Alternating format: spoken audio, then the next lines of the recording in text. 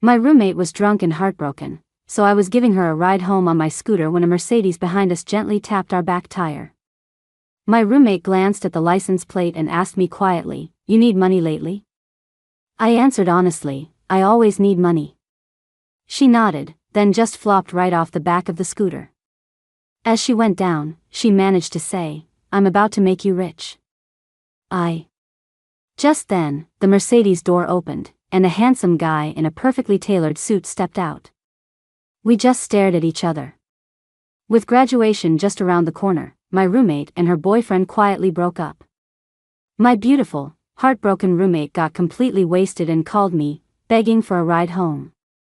As I drove her home on my little electric scooter, she alternated between giving me directions and listing off all the terrible things her scumbag ex had done. I tried my best to comfort her while keeping my eyes on the road. I had to admit, for someone who was blackout drunk, she was leading me through some beautiful scenery. I looked around at the fancy neighborhood and couldn't help but ask, "Hey, you moron, aren't we heading into that gated community up ahead? Are you sure you know where we're going?" She was draped over my back and mumbled after a moment, "You know, I was his rose. He watered me. How can I live without him?" Okay, my little drama queen. You just keep wallowing." My roommate was completely out of it, so I couldn't count on her. Something felt off, so I pulled over to the curb, propped up the scooter, and opened my Maps app to figure out where we were. Suddenly, a force slammed into my beloved scooter, and my phone went flying from my hand. My phone. A shattered phone was just the icing on the cake for my already broke self. I whipped my head around angrily and saw an all-black Mercedes that had gently bumped into us. I was about to get off and check on my poor, deceased phone and have a word with the driver. But my roommate shot up as if jolted from a coma, stared at the license plate, and thought for a long moment. Then she suddenly asked, "You need money lately?" "Seriously? What do you mean lately? Have you not noticed we've been living on ramen noodles this whole time? You should know I'm always broke." I answered honestly, "I always need money." My roommate nodded. Then I watched as she slowly slid sideways and fell stiffly onto the pavement right next to the Mercedes, adding, "Get ready to be rich." "Aren't you moved?" "Moved? Are you kidding me? I'm too scared to move a muscle, you idiot." What was happening? If you're going to pull an insurance scam, at least give me a heads up. I'm a terrible actor. As I stood there awkwardly, not knowing what to do with my hands or feet, the Mercedes door opened. The first thing I saw was a pair of long legs stepping firmly onto the pavement. Then, a man in a full suit walked toward us. He radiated an icy cold pressure, his face devoid of any warmth. His sharp features and tall frame were incredibly intimidating. I gulped and knelt, desperately shaking my roommate, who was still playing dead on the ground. "Get up, you idiot. You tried to scam the wrong guy. If you don't get up now, I think he might actually murder me." A shadow fell over me. I looked up and met his condescending, judgmental gaze. "Get up. Don't make me say it twice." His voice was deep, with a tone that tolerated no argument. Nice car, handsome face, great voice, yep, this was a CEO type right out of a drama. I was terrified. I mean, sure, he was the one who hit my scooter, so he was technically at fault. But my idiot roommate trying to fake an accident was definitely not okay. Seeing as she was still committed to her unconscious act, I had no choice but to bite the bullet and be honest. Excuse me, sir. We're not trying to extort you. She's just really drunk." Before I could finish, he frowned, leaned down, and sniffed her gently. He let out a short, sharp laugh, as if he was both furious and amused. "Well, look at you, Lauren. You're drinking now. What was going on?" He knew my roommate. Seeing my shocked expression, the CEO type turned to me and said politely, "I'm sorry, my driver wasn't paying attention and bumped your scooter. I'm Lauren's brother. Leo." His tone was still just as cold. "What?" This stone-faced, intimidating guy was my idiot roommate's brother? Which meant my idiot roommate. I glanced at my dramatic friend lying on the ground next to my shattered phone, and a tear of pure envy rolled down my cheek. Ugh, you're secretly rich and you never told me? I took a deep breath and said to her brother, it's no problem. She was drunk and asked me to bring her home. Leo nodded slightly. He thanked me and was about to pick her up when my dear, rich friend suddenly came back to life, grabbing my hand and refusing to let go. She started mumbling, you're leaving me, wah. Abandoning me while I'm drunk. You even bought your scooter with my money. I did not. That's not me. Don't say that. I saved up for my scooter by living on instant noodles. Out of the corner of my eye, I saw Leo giving me a questioning look. Damn it. I wanted to explain that she was talking about her ex-boyfriend, but I had no idea if she'd even told her brother she was dating anyone. I was stuck, unable to defend myself. The three of us were trapped in a bizarrely awkward moment. Leo was holding her, she was holding me, and I wanted to die. But Leo was clearly used to handling complicated situations. After a moment's thought, he took us all back to his place. He even had my scooter and phone packed up and brought along. The second I walked in the door, I was practically blinded by the sheer luxury of the place. It was massive. So this is how the other half lives? Holy crap. But even though the house was huge, it felt strangely empty. I snuck a look around and realized there wasn't a single housekeeper in sight. Thank you for bringing Lauren home. Leo gently placed my roommate on a bed, straightened his suit, and extended a hand to me. And you are? I hesitated for a second, then shook his hand briefly. Kathy.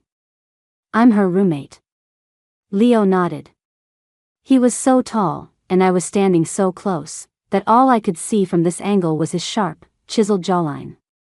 It's too late for you to go home now. Please, stay here for the night, Kathy. As for your scooter and phone. Leo glanced at the shattered phone in my hand, his expression unreadable. I'll have someone take care of them. He was talking about my scooter and broken phone. I nodded. Leo turned to leave, but just as he reached the doorway, my roommate let out a tearful whimper. Mom. Then she started mumbling drunkenly. Leo stopped in his tracks. He stood in the doorway, silhouetted by the light from the living room, completely silent. The light cast his shadow long across the floor. For such a tall man, his back suddenly looked incredibly lonely.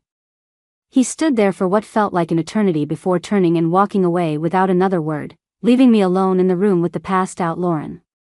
Why did he seem so sad? The question lingered in my mind, but I didn't dwell on it. After cleaning Lauren up, I collapsed onto the bed, exhausted. Even as I lay there, the whole night felt like a dream. My roommate, the one who ate instant noodles with me every day, was secretly a rich girl, and she tried to pull a scam on her own brother. How bizarre is that? I drifted off to sleep thinking about it. I woke up to Lauren's blood-curdling scream, holy crap, Kathy, how did I get home? I buried my head in the blankets, my brain still refusing to function. Your brother brought you back, I mumbled. Lauren let out a wail of despair. Oh God, my brother? No wonder I thought I recognized his license plate. Well. So you knew it was your brother's car. That's why you were so bold. Here I was thinking you had a death wish. She ran her hands through her hair. Please tell me I didn't say anything embarrassing. Her words instantly brought back the image of Leo standing alone and heartbroken in the doorway. I was wide awake. I sat up and looked at her, who was still moaning in despair. I couldn't help but want to laugh. What do you mean by embarrassing? Lauren buried her head in the pillows. You know, all that drama about my ex. It's so humiliating. Oh, that. Yeah, you said plenty about that, my little drama queen. When she saw I wasn't answering, she started shaking me. I threw my hands up in surrender. Nope, not a word. I covered your mouth the whole time. She put her hands together in a prayer pose. My hero. Thank you. Speaking of which, I pulled her out from under the covers. You little liar. Didn't you tell me your brother dropped out after high school to get a job? Lauren looked at me with perfect sincerity. He did. He started his own company right after high school. Then she muttered, he's doing pretty well for himself now. Are you kidding me? You call that getting a job? You call this pretty well? I gave her a genuine thumbs up. Well, since you're awake, I should probably get going. Lauren immediately grabbed me. Wait. You don't have a place to stay for the summer, right? Why don't you just stay here with me? I stared at her, shocked. She really was my best friend. We were on the exact same wavelength. I'd actually been planning to ask her if she wanted to rent an apartment with me for the summer, since our internships were near each other. But this situation was a little unexpected. Her brother was still here. It would be awkward for me to stay. She must have seen my hesitation because she quickly added, "Don't worry, my brother is almost never here. If you don't stay, I'll be all alone in this huge house. It'll be so depressing." Ugh, you and your humble bragging. Lauren started putting on a pathetic act. You know how scared I get when I'm all alone. I thought about it for a second. Are there really no other people in your house? Like a housekeeper or something? The place was massive, but it was completely empty. Lauren looked confused. No. When I'm at the dorm, it's just my brother here. He doesn't like having staff around. That lonely image of his back flashed through my mind again. I shook my head to clear the thought. I mean, I'm okay with it, but you have to ask your brother. Before I could finish, she was dragging me downstairs. We have to hurry. He's about to leave for the office. She pulled me so fast I nearly face-planted. By the time we got downstairs, Leo was already sitting at the dining table, looking like he'd been waiting for a while. Lauren pulled me into a chair next to her. Leo's cool gaze swept over us, his voice a little stuffy from a cold. Explain. Since when do you drink? Lauren gave a forced laugh. Well, it's graduation season, you know? The sorrow of parting. Leo snorted, clearly not buying it. You're graduating this year? Lauren shot me a desperate look, frantically signaling me with her eyes. Damn it, this girl never gives me time to rehearse. I cleared my throat and lied with a straight face. Yes. The seniors in our lab were graduating. We're all close, so we had a little to drink. Leo's deep-set eyes stared at me as if trying to see right through me. I smiled back at him calmly, but inside, my heart was about to explode. He was scarier than the strictest dean of discipline from my high school. Just when I thought he was going to press further, he dropped it. Let's eat, he said calmly, as if he hadn't just been playing the role of the stern patriarch. I let out a sigh of relief. Lauren secretly gave me a thumbs up. I'd barely taken 2 bites when Lauren, my half-wit roommate, piped up again. Bro, Kathy isn't going home for the summer. Can she stay here with me? As soon as she said it, Leo's eyes fell on me. He thought for a moment before answering. Fine. He continued eating slowly. In that case, I won't be coming back much. Call me if you have any problems. Lauren openly gave me a V for victory sign and then started gushing to her brother. You know, Kathy is a genius. She's the only brainiac in our dorm. She's loved astrophysics since she was a kid and actually enjoys studying it. She paused for emphasis. I mean, it's physics. That was because our dorm rooms were mixed major. My field was different from theirs, but everyone was pretty brilliant in their own area of study. Leo seemed genuinely interested. You've always liked it? I thought for a moment and answered honestly. Not always. There was a time when I really struggled with it. Lauren looked at me with admiration. When Kathy struggles, she just keeps studying until she likes it again. Me? I struggle, and then I fail the class. I couldn't help but laugh at her dramatic expression. Lauren pretended to be an interviewer. So, tell us, how did you overcome the difficulty and fall in love with astrophysics? It was no big deal. I gathered my thoughts and tried to be concise. It's actually a pretty cliché story. I met this expert online who taught me a lot, and I slowly started to love learning again. Leo nodded slightly and asked, "And now?" I said firmly, "It's my life's passion." Lauren nodded excitedly and showed him my keychain. She really loves it. Her keychain is even a model of Pluto. When she held up the charm, Leo froze. He suddenly went still, his eyes fixed on my keychain. His expression was incredibly complex, and his brows furrowed slightly. I looked at Lauren, confused. She calmly explained that her brother's latest project involved this field, so he gets excited hearing about it. Oh, okay.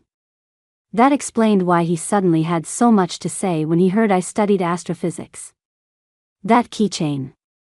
Was it a gift from that expert you mentioned? Leo spoke suddenly, his voice a little unsteady, with a hint of excitement. Curiosity got the better of me. Hey, how did you know? Back in my freshman year, I used to vent on a niche physics forum all the time. That expert drew it for me to cheer me up. After I stopped using the site, I printed it out and made it into a keychain to remember him by. Lauren perked up at the mention of this and poked me playfully. Oh yeah, she treasures it. Damn it. Ever since I told her about it, she's been teasing me, calling the keychain my physics first love. I suddenly felt a little shy. I glanced up and accidentally met Leo's complex gaze. He still looked expressionless, even cold, but for some reason, I felt like the ice in his eyes was starting to melt. My suspicion was confirmed a second later when Lauren asked curiously, "Bro? Why are you so happy all of a sudden?" Leo lowered his gaze, his eyelashes casting a shadow. He casually picked up a wet wipe and slowly cleaned his hands, his voice betraying no emotion. "It's nothing. I just guessed right." His voice had a hint of warmth to it. He must have meant he guessed right about the expert giving me the keychain. But I was curious, how did he know at a glance? Was he psychic? Lauren was also confused. But how did you guess, bro? Good roommate. My very own internet spokesperson. Leo thought for a moment, then looked up at us and explained very seriously, context clues. What a simple answer. What a keen observer. Lauren rolled her eyes and muttered, "Fine, don't tell us." She whispered to me, "My brother loves being mysterious. He's such a closet romantic." Leo finished his meal and stood up to leave. As he reached the entryway, he seemed to remember something and turned back. "By the way, I just remembered, I'll be staying home for the summer, too." What? Didn't he just say he wouldn't be home? Why the sudden change of heart? Lauren also demanded, "Why? You just said you wouldn't be back." Leo was turned to the side, so I couldn't see his expression, only the slow curl of his lips into a smile.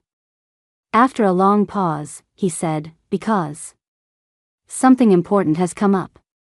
Even though Leo said he'd be staying home, for the first week I was there, it was just me and Lauren in the house. He probably didn't want to make me feel awkward. Aside from occasionally having food delivered for us, he was basically a ghost. That changed one day on my way home from my internship. I was riding a shared bike, took a spill, and hurt my leg badly enough that I had to call in sick and stay in bed for a few days. Lauren still had to go to her internship, leaving me all alone in that massive house. I was finally experiencing the depressing feeling she'd talked about. I was binge-watching shows, bored out of my mind, when I heard footsteps outside my door. The person was hesitating, pacing back and forth but not coming in. Lying on the couch, I could sense their indecision. It had to be my idiot roommate, home from her internship and trying to scare me. She pulled stunts like this all the time. I limped, crawling ominously toward the door, ready to fling it open and give her a taste of her own medicine. But when I threw the door open, I came face to face with Leo. He had his hand raised, about to knock, and a rare, bewildered look on his face. Paired with my ridiculous commando crawl, the scene was beyond bizarre. Crap. Why was it Leo? How could I possibly explain this? He must think I'm a complete lunatic. The silence between us was deafening. I scrambled to my feet, a dozen excuses running through my head, but all I could manage was, "Gee, good afternoon." At that, Leo blinked, and a flicker of a smile appeared in his eyes. His deep voice, seemingly trying to hold back laughter, floated down from above me. "Yes, good afternoon." It didn't sound nearly as cold as usual. I was so embarrassed I could have dug a hole and buried myself in it. Leo broke the silence. "Lauren told me you were hurt. I came back to bring you some medicine." Huh. Now that he mentioned it, I saw he was carrying a bag full of stuff that did, in fact, look like medicine. He looked like he had just come from a meeting. His suit was immaculate, but he had the weary look of someone who had rushed over. He held the bag out to me. I quickly reached for it, thanking him profusely. But the earlier shock must have been too much. As I stepped forward, I forgot I was half crippled. My leg gave out, and my body pitched forward. Seriously, I'd made a fool of myself twice in one day. I was on a roll. One more time and I was ready to leave this beautiful world behind. I squeezed my eyes shut, bracing for a humiliating face plant on the floor. Instead, I heard a soft grunt next to my ear and felt something completely different from the hard floor I was expecting. I opened my eyes and found myself staring into those perpetually calm eyes and a pair of slightly furrowed brows. For once, those placid eyes were filled with emotion. Oh my God. Holy crap. How did I fall into his arms? "Are you okay?" I heard Leo ask in his deep voice. I mumbled apologies and scrambled to get off him, but my leg was useless, my hand was throbbing from trying to catch my fall, and I was so flustered that I couldn't get any leverage. For a long moment, I could barely move. I was about to cry from my own stupidity. Just as I was about to try again, I heard a faint sigh from above me. "I'm sorry," he said softly. Then, before I could react, he swept me up into his arms and strode toward the living room sofa. He carried me as if I weighed nothing. I was pressed against his chest, and he wasn't even breathing hard. I was so mortified I didn't know where to put my hands. I pointed vaguely at a spot. You can just put me down here." He grunted in acknowledgement and said nothing more. I snuck a peek up at him and saw that his ears were actually red. It wasn't obvious, but on a man who radiated such a cold aura, it felt completely surreal. "Holy." A voice that wasn't ours echoed through the room. I was so startled I almost fell. The arms holding me tightened, pulling me closer. Then he turned, still holding me, so we could both face the source of the sound. And there we were, in the most awkward tableau imaginable. A tall man holding a shocked and mortified woman, both staring at another woman standing in the doorway holding a basket of groceries, equally stunned. Three faces, one shared expression of pure bewilderment. Oh my God, why did Lauren have to come home right now? Perfect. 3 strikes in one day. I could now depart this beautiful world in peace. Of the three of us, Leo was the calmest. He met Lauren's excited gaze, slowly set me down, and didn't even bother explaining. He just said, "You're home." Lauren finally snapped out of it. Her eyes darted between me and Leo a dozen times before landing on a conclusion. A huge, gossip-hungry grin spread across her face as she walked toward me. I think I just walked in on something juicy. I was mortified. Just as I was about to explain, Leo raised an eyebrow, crossed his arms, and leaned down toward her. She was about to fall, and I caught her. "Is there a problem?" Lauren immediately surrendered, fawning over him. "Nope, no problem at all." I glanced up at him and saw that he had returned to his usual stoic, Ice King persona, as if the guy with the red ears a moment ago had never existed. Leo must have felt my gaze because he suddenly looked over. I didn't look away in time, and our eyes met for a brief second. His dark irises were still unreadable, but the evening sun streamed through the open door, catching his handsome face and wrapping him in a golden glow. Wow. I quickly averted my eyes, my heart thumping uncontrollably. Leo straightened up and walked directly into the kitchen, rolling up his shirt sleeves. It looked like he was about to cook. I was a little stunned. Him? An ice sculpture? He could actually cook. Lauren suddenly leaned in close, her teasing voice whispering behind me, "Oh yeah, he can do a lot of things. Like what you see?" I whipped my head around to see her smug, all-knowing expression and realized with horror that I had asked my question out loud.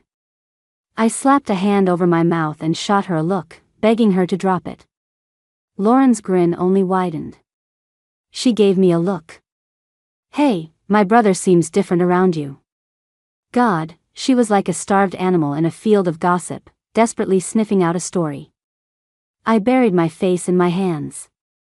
It was really just an accident. Lauren shook her head, glancing at Leo bustling in the kitchen.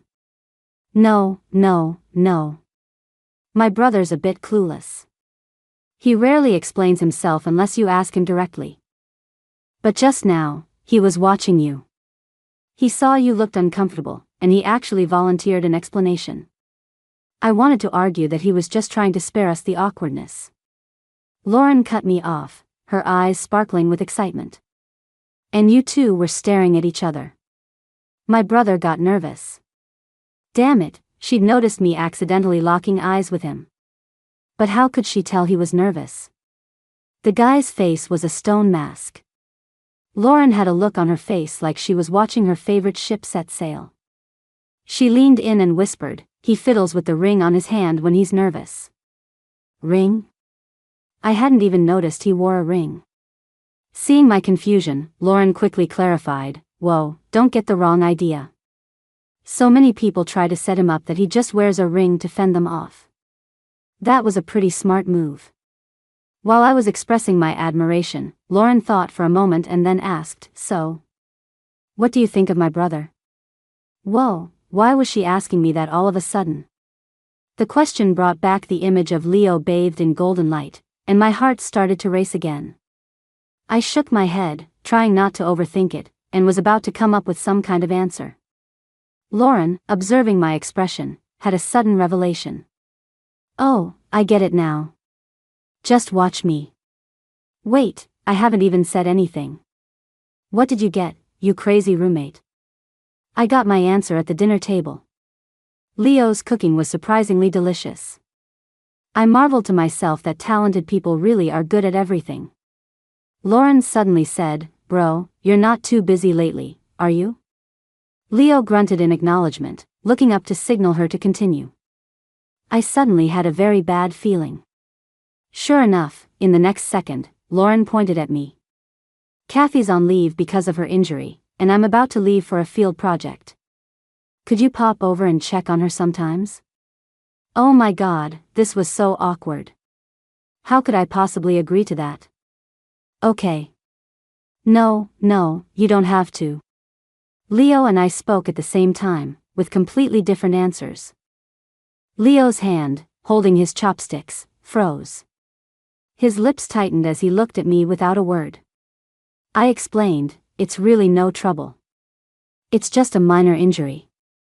I'll be back at my internship in a few days." Leo gave me a slight nod and went back to eating, but the atmosphere suddenly felt a few degrees colder. Seeing this, Lauren's smile stretched from ear to ear. "Oh, it's fine. If you feel bad about it, you can help my brother out with some theory. His current project is really similar to your field of study." Oh great. With my half-baked knowledge, I didn't feel very confident about that. Leo glanced away, his long fingers unconsciously twisting his ring. He said nonchalantly, "The project isn't that difficult, but I could use a professional's input." Well, if it wasn't that hard. I thought about it. I really didn't have much to do lately. If I could actually help him, it would be a way to thank him for letting me stay here. So I nodded and said, "Just let me know whenever you need anything." Since Lauren was leaving for several days for a field study with her internship, we decided to pull an all-nighter and just talk. She told me a lot about their past, and I finally understood why Leo had stood outside the room for so long when she'd cried out for her parents. According to Lauren, their family went bankrupt right when he graduated high school. Their parents couldn't handle the shock and passed away in an accident.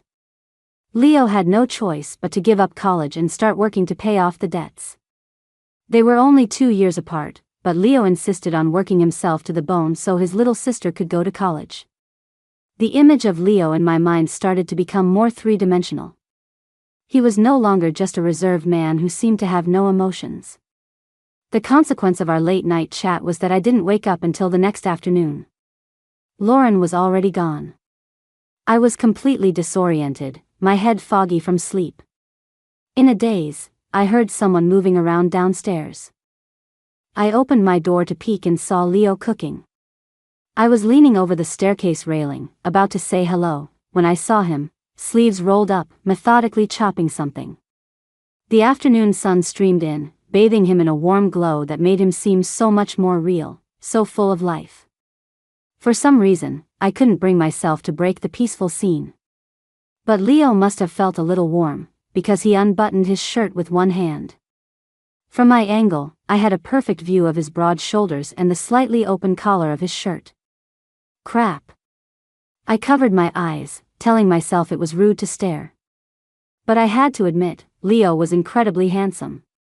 That wasn't an exaggeration, his face was a masterpiece. Leo suddenly looked up.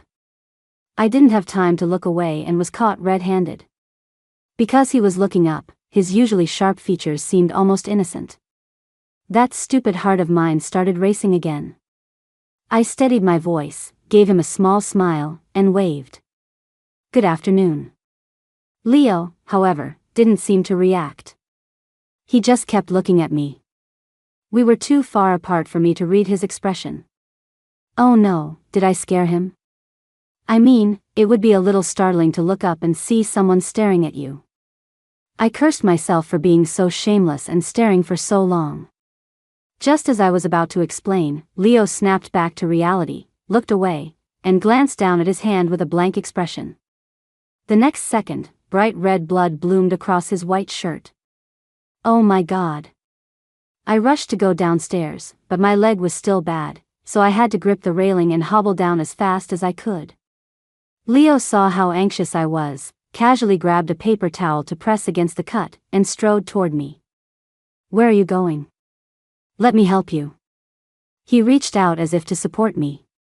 I stared in disbelief at the blood-soaked paper towel in his hand, and I was equally shocked by his logic. He was bleeding, and he was worried about helping me? I'm getting the first aid kit for you. There was still medicine left from my own scrape. He needed to stop the bleeding, but he was acting like it was nothing. If I were bleeding that much, I'd be screaming. I didn't care about politeness anymore. I grabbed his arm and limped us toward the living room sofa. My hands were shaking as I dug the medical supplies out of my bag and started cleaning his wound. The entire time, Leo was completely silent, just watching me as if I were tending to someone else's hand. Luckily, the cut wasn't too deep. As I was about to bandage it, I looked up at him. Does it hurt? If it does, I can. Before I could finish, Leo's calm voice cut in. It hurts. His face was still expressionless, but his eyes were gentle. Huh. That didn't match the person Lauren had described at all. According to her, her brother was the kind of tough guy who would swallow his own broken teeth, who never showed his emotions. But how could he not be in pain after getting cut? A mix of sympathy and guilt washed over me. I instinctively softened my voice. Okay, I'll be gentle. Don't be scared. Leo hummed in agreement, his gaze finally dropping to his wound. From the side, all I could see were his long eyelashes, hiding whatever emotions were in his eyes. I had no idea what he was thinking. After I finished bandaging his hand, I apologized sincerely. After all, he only got hurt because I startled him. Leo tugged at the bandage and looked at me with an amused expression.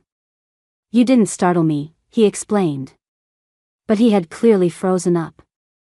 Seeing I still looked guilty, Leo smiled at me, his eyes crinkling at the corners. It wasn't because of that. I asked dejectedly, then what was it?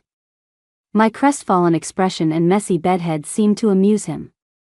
The smile in his eyes grew wider. He said deliberately, because I was thinking of something happy. This guy was such a closet romantic. For someone so cold to make a joke like that. I had to admit, it was kind of cute. His smile threw me off.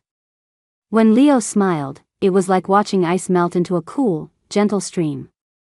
He didn't seem so intimidating anymore. Just as I was about to say something else, my stomach let out an embarrassing growl. Leo raised an eyebrow, his gaze falling on me. Hungry, I wanted to deny it, but the aroma wafting from the kitchen was too tempting. After a brief struggle, I nodded honestly. Leo helped me up. His voice had a cheerful lilt to it, and he seemed to be in a good mood. Go wash up. It's time to eat. After we ate, he had to leave for the office. It dawned on me that he had come back today just to cook a meal for me. As Leo was about to leave, I remembered something and called out to him. Hey, L. I stopped halfway. I couldn't say his name. I ran through a dozen different ways to address him in my head, but they all felt awkward, and I froze.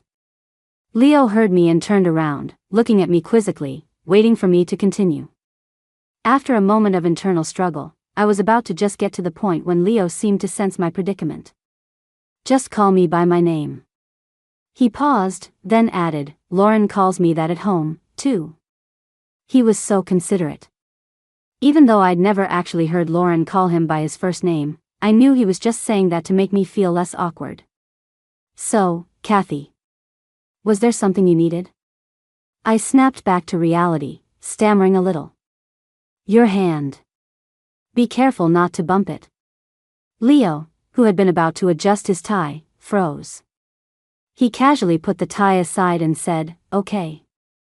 I slowly walked over to the window and watched his retreating back, my heart beating a little fast. The tie he had abandoned lay forlornly in the entryway. I stared at it for a moment, and then it hit me. Did Leo not put on his tie because I had just reminded him to be careful with his hand? For a second, my head was spinning. I was totally flustered. After that whole fiasco, things between Leo and me became less formal. He started coming home every afternoon to cook, and in the evenings, we would discuss his project. I discovered that when he was working, he was incredibly serious and almost ruthless. Sometimes I'd be sitting next to him looking up articles while he was in an online meeting, and every time he spoke, the temperature in the room would drop a few degrees. I got bolder and would sometimes mutter, so harsh. He'd look up from his computer, stare at me silently, and when he started giving instructions again, his tone would be noticeably softer. But when I was explaining theories to him, Leo listened with intense focus. His eyes would shine with a fervent light. For such a reserved person, he made no effort to hide his thirst for knowledge. It made me wonder, if he hadn't become a businessman, he would have made an excellent physicist. This routine continued even after my leg healed and I could go back to my internship. The original agreement was that he would look after me because I was injured. Now, I was fully recovered and had been back at work for days. But every time I came home and opened the door, Leo would be in the kitchen, look up, and say, "You're back." I would smile and reply, and neither of us ever mentioned going back to our old separate lives. It felt like we had both grown accustomed to this new rhythm. Until one day, I came home from work and the kitchen was empty. The dining table was covered with takeout containers, probably things he'd had delivered. The smile that had started to form on my face froze. I sighed, walked in, and flopped onto the sofa, feeling dejected. Lauren was right, and she was wrong. I wasn't sure if her brother liked me, but looking at the current situation, I was pretty sure I was starting to like him. I tossed and turned on the sofa, restless, waiting for a long time. I think I counted every single stitch on the cushions. I wanted to text him, but I felt like I had no right to. I was also afraid of bothering him at work. While I was debating, a notification from Leo popped up on my phone. It read, "Have a meeting tonight. You eat first. We can look at the data together when I get back later." Was he checking in with me? I tried to suppress the smile that was spreading across my face. The earlier disappointment vanished completely. I replied with an okay sticker and started rolling around on my bed. I didn't even know why I was so excited, but my mood was like a roller coaster. But my joy led to my downfall. These past few days, eating with Leo, I hadn't dared to eat as much as I wanted. Tonight, I indulged, and the consequence was that I ate so much I passed out immediately. When I woke up again, it was dark outside. A sense of dread washed over me. I shakily checked my phone and almost fainted. It was 2:30 a.m. Crap. I'd completely bailed on Leo. I'd slept straight through the evening. I ran a hand through my hair, dazed for a few seconds. On a whim, I slowly walked toward the study. I knew it was crazy. It was almost 3 in the morning. Leo was definitely asleep. As I got closer, my heart started to pound. I saw that the study door was slightly ajar, and a faint light was spilling out from the crack. I took a deep breath to calm myself and gently pushed the door open. A tall figure was sitting in a chair by the floor-to-ceiling window. The dim light from a desk lamp cast him in a soft glow, creating a stark contrast with the surrounding darkness. Leo heard the noise and looked up from his book, his eyes heavy with fatigue. I stood in the darkness of the doorway, meeting his gaze, feeling a wave of guilt wash over me. "I'm so sorry, I accidentally fell asleep." I stepped closer, crossing the line between light and shadow. "Is it too late to look at the data with you now?" In the dim light, Leo's features softened. He moved his lips, and a small smile appeared in his eyes. "It's not too late." I sat down in my usual spot, thinking that if Leo was staying up this late, the project must not be going well. I quickly turned on my computer and asked him to send me today's file so I could start running the numbers. I couldn't let my nap derail his work. But Leo was acting strange. He looked away, seemingly embarrassed, and after a long pause, he said stiffly, "There's nothing for today." Nothing? Usually, our workflow was that he would find the research papers, and I would replicate the results. But he had probably been sitting here for hours. This wasn't like him at all. Just as I was about to ask more, I froze. I noticed his computer wasn't even on, and he was holding his book upside down. I took a few seconds to process this, and a bold theory began to form in my mind. Could it be that Leo wasn't working late tonight, but was waiting for me? The thought sent a thrill through me. I took a few deep breaths and asked tentatively, "Were you waiting for me?" Leo flinched, unconsciously fiddling with the ring on his hand, as if wrestling with the answer. He sighed, finally admitting, "Yes." For a moment, I didn't know what to say. My mind was a jumble of emotions. We sat in silence for a long time. Finally, I looked up and forced a smile. "I made you wait so long. Let me make it up to you." Leo looked up, a hint of confusion in his eyes. Before he could ask, I grabbed his hand and pulled him toward the rooftop terrace. The whole way, Leo didn't let go of my hand. I was now even more certain of my theory. On the roof, a gentle, warm breeze washed over us. I pointed to the sky and asked, "What's your favorite star?"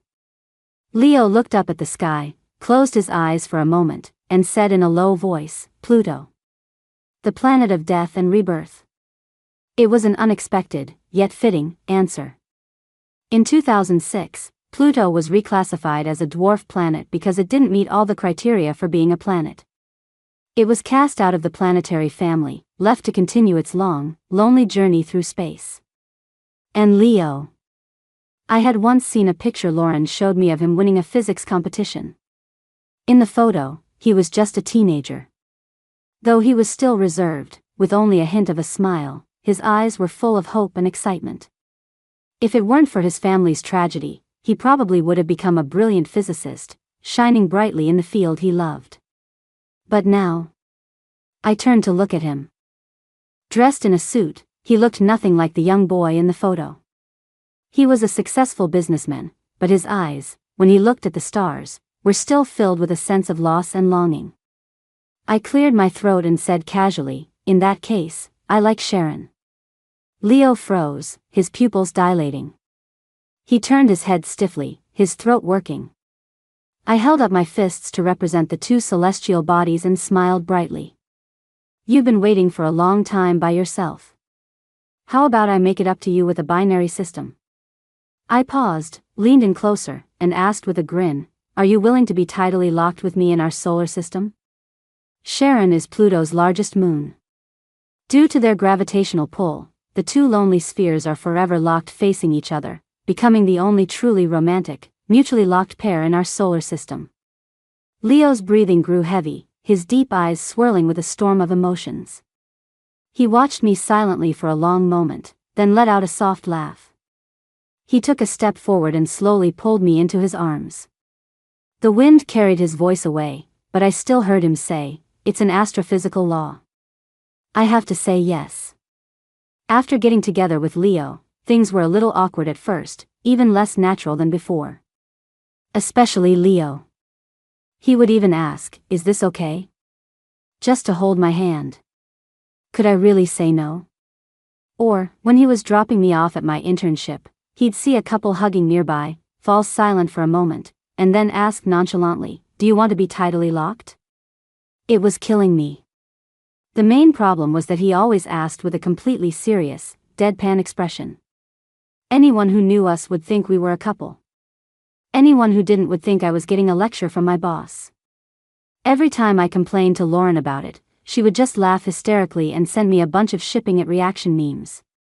But the one thing we were both dying to know was when Leo had started to like me. Every time I asked him, he would dodge the question, his eyes darting away for once. It only made us more curious. The answer, hidden in the past, finally revealed itself one afternoon. Leo was cooking when the doorbell rang. I thought Lauren was finally back and ran to the door excitedly. Surprise! A handsome guy with pale skin, edgy clothes, and silver hair stood there, grinning at me. We stared at each other. The guy's smile faltered for a second when he saw me, but it reappeared almost instantly. That smile. Why did it look so much like Lauren's when she was shipping us? I asked politely, excuse me, can I help you? He was still wearing a goofy, mother-in-law-like grin and rummaging through his backpack for something. I took a closer look. Whoa! A tote bag from the psychiatry department of some hospital. This handsome guy couldn't be a patient, could he? I took a step back. He finally spoke. My name is Dylan. Then he handed me something he'd found in his pocket. My congratulatory gift. For you and Leo. Huh. They knew each other. But that bag. While I was still trying to figure it out, a strong, steady hand reached past me from behind and took the box. Leo's teasing voice sounded behind me. Look what the cat dragged in. He invited him in, adding, with that outfit and that psych ward bag, you nearly scared my girlfriend. Dylan shrugged and gave me an innocent look. I'm not a patient. I'm a psychiatrist. Well, I'll be a psychiatrist. And so fashionable. I quickly said hello. Dylan waved back enthusiastically, then his sharp eyes spotted my ring, and that goofy grin returned. TSK, so that's the ring. This was a new set of rings Leo had bought for us after we got together, replacing his old one. Dylan pointed at Leo, who was walking toward the kitchen. This guy called me in the middle of the night one time, asking if I knew what tidal locking was. I glanced at Leo, who was pretending to be completely absorbed in his cooking, and almost burst out laughing. That must have been the night we confessed. He had seemed so calm. I couldn't believe he'd turned around and called his psychiatrist friend with such a weird question.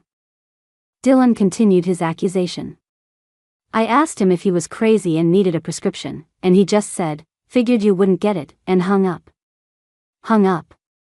I couldn't hold it in any longer and started laughing. It was the kind of thing that would make Dylan wake up in the middle of the night and mutter, is he the one who's crazy?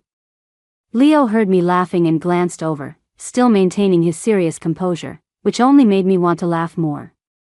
Dylan went on, and then, one day I was asking for his opinion on something, and he suddenly gets this goofy grin, shoves his hand in the camera, and asks me if I think his ring is nice. I can't. I was going to die laughing. He was always so calm in front of me. When we bought the rings, the only sign of his excitement was a slightly wider smile when we got home. I had no idea he was that happy. Dylan was about to complain some more when Leo called us to dinner. We agreed to debrief on Leo's strange behavior later. At the table, it was clear they hadn't seen each other in a long time. They traded sarcastic jabs, but you could tell they were close friends. I ate my food while getting all the juicy gossip on Leo. Dylan was a treasure trove of stories. He pointed at Leo. When this guy started his company, he was so broke he could barely afford pants. I thought he was going to give up, but then one day he shows up with a design of Pluto and asks me if I think it's cute. I froze. All the little pieces of memory suddenly clicked into place. And then what? I asked urgently. Dylan didn't understand why I was so shocked. He scratched his head. And then he got his act together. Now he can afford pants. Leo cleared his throat, looking a little uncomfortable.